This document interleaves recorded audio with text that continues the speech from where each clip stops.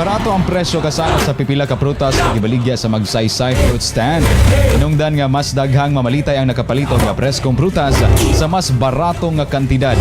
Sa interview sa DXDC Davao kasama kang Loyloy Gono, 40 anyos, usa sa mga vendor sa Magsaysay. Iyang gibutyag nga sa karon barato gamay ang presyo sa mga prutas nga ilang ginabaligya sama sa durian, mangosteen, marang, pomelo, rambutan, lansones ug uban pang lokal nga prutas. Kung itandi ni adtong miaging tuig tungod sa abunda nga supply niini ingon man season kun timbunga na sa maong mga prutas karon. Aniya na ang kasamtangang presyo kasama sa mga nagunang prutas sa Magsaysay Fruit Stand as of alas 9 sa buntag karong adlaw Agosto 1, 2026.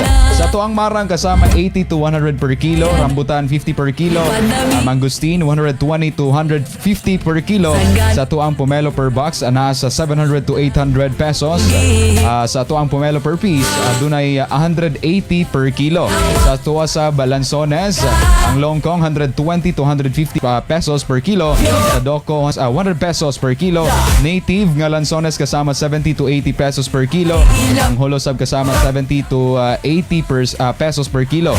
Samtang sa tuang durian kasama ang arancilio 50 per kilo, E101 150 per kilo, ug ang puyat 150 per kilo. Subay niini karong nagkaduol na kasama ang Kadayawan Festival 2026.